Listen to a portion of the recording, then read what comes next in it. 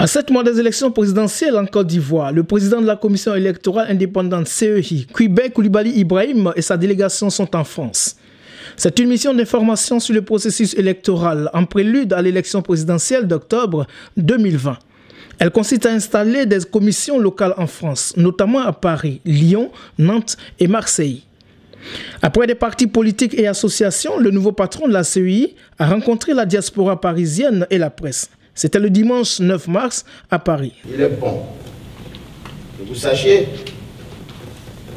que la constitution ivoirienne prescrit que les Ivoiriens que vous êtes à l'étranger participent à la vie de la nation. Comment peuvent-ils participer à la vie de la nation s'ils ne participent pas à la désignation de ses gouvernants? Et la constitution prescrit également que le seul moyen de transférer le pouvoir du peuple, qui appartient bien entendu le pouvoir, de le transférer au gouvernant, le seul moyen, c'est l'élection. Et la Constitution prescrit également que l'organe qui est chargé d'organiser les élections, c'est la commission électorale indépendante. Alors nous sommes venus pour respecter cette prescription, qui est celle de vous permettre de participer à la désignation de vos gouvernants. Voilà pourquoi nous sommes là. Mais on ne peut le faire que si la commission qui est en charge d'organiser ces élections est installée et est formée. Voilà le premier objet de notre mission sur la France.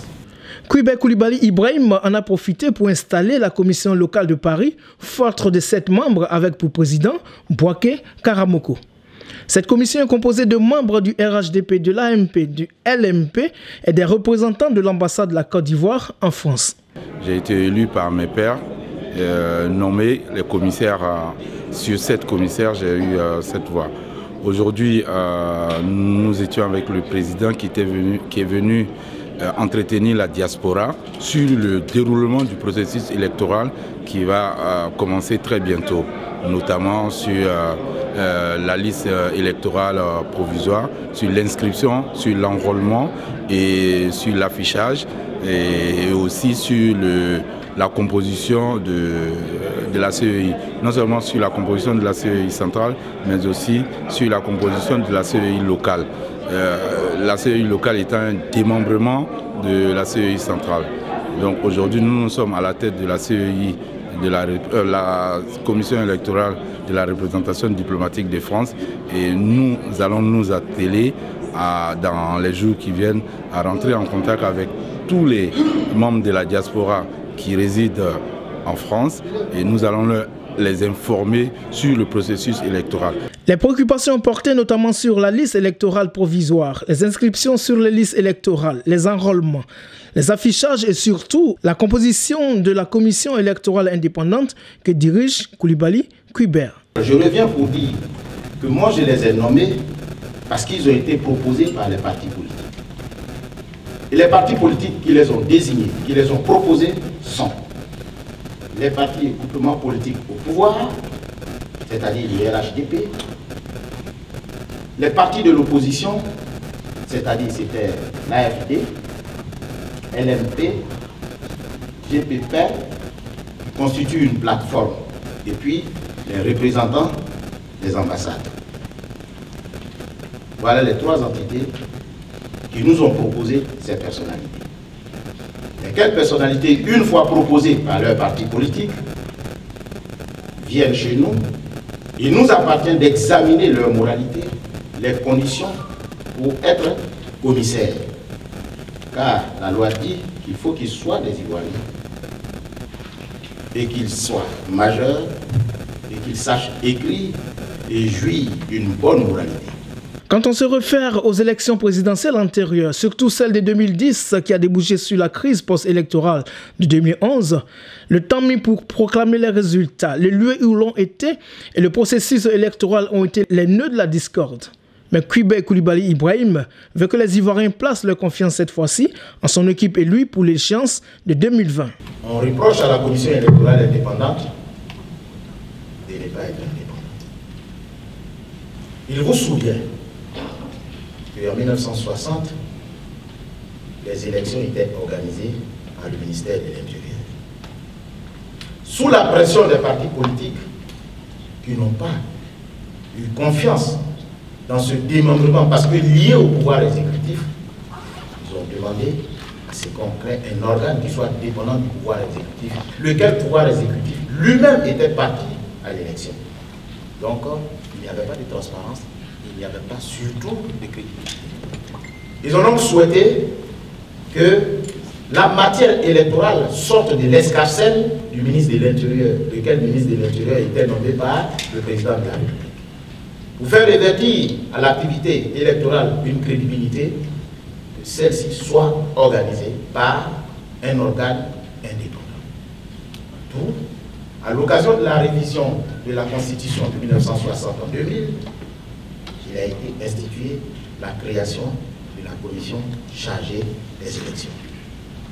Laquelle commission chargée des élections était animée principalement à l'origine par les partis politiques. Et à un moment donné, on a constaté que les partis politiques se battaient selon leur chapelle. Et ça déséquilibrait la commission électorale indépendante. On a souhaité le soutien divin. Donc on a souhaité que les hommes de Dieu y soient intégrés. Vous vous souvenez également qu'il y a eu à un moment donné les hommes de Dieu, un pour les musulmans, un pour les chrétiens. Ça n'a pas marché. On les a sortis. Et cette fois-ci, il a été question d'insérer à l'organe chargé d'organiser les élections la société civile, qui est, elle, semble-t-il, crédible. Donc c'est ainsi que dans cette formulation actuelle de la commission électorale indépendante, il a été mis en place une composition majoritairement acquise à la société civile. Pourquoi ne pas nous faire confiance? D'abord parce que la commission électorale est l'œuvre des partis politiques. Et les partis politiques sont représentés au sein de la commission électorale indépendante. Premier point. Deuxième point, les personnalités qui sont désignées, qui sont proposées, prêtent serment d'exécuter fidèlement, loyalement leur mission. En lieu et place des cartes nationales d'identité, on avait voté avec des attestations d'identité. Et certainement, les partis politiques, conscients de ce qu'aujourd'hui l'ONESI a quelques difficultés pour délivrer les cartes nationales d'identité, va décider, les partis politiques ont donc décidé de s'accorder sur le document nécessaire pour venir se faire inscrire. C'est pour cette raison que la loi dit que pour se faire inscrire sur la liste électorale, il faut être détenteur de la carte nationale d'identité, puisqu'il faut être ivoirien. Et pour ceux qui sont à l'étranger, il faut être immatriculé dans le registre consulaire de l'État où vous êtes. Mais conscient de ça, la loi dit qu'un décret va déterminer les modalités pratiques d'actes devant servir à s'inscrire sur la liste électorale. Une mission de la CEI que jugent ici les Ivoiriens de la diaspora. Je suis venu aujourd'hui à cette rencontre avec le président de la CEI, M. Cuibert, parce qu'il a souhaité rencontrer les leaders d'opinion et les Ivoiriens pour échanger sur la question de la CEI et puis mettre en place aussi la commission diplomatique locale. Bon, ça a été une très belle rencontre, les échanges ont été fructueux. On a compris en général qu'il demande aux Ivoiriens de lui faire confiance et donc d'éviter des suspicions qui seraient plus ou moins imputées au passé. En tout cas, ça a été instructif. J'ai vraiment appris beaucoup de choses. Donc, je demande à toute la communauté ivoirienne résidant en France, résidant en Europe, en dehors de la Côte d'Ivoire, de s'enrôler pour cette cause noble qui est l'élection démocratique en Côte d'Ivoire. Alors, je viens d'assister à une conférence animée par le président de la commission électorale indépendante, la CEI, centrale Abidjan. Je sors très satisfait. Très satisfait pourquoi? Parce que j'ai assisté à une conférence animée par un conférencier qui a la suite dans les idées, animée par un conférencier qui ne fuit pas les débats, qui les affronte et qui s'adosse à la loi. Moi, il m'a convaincu.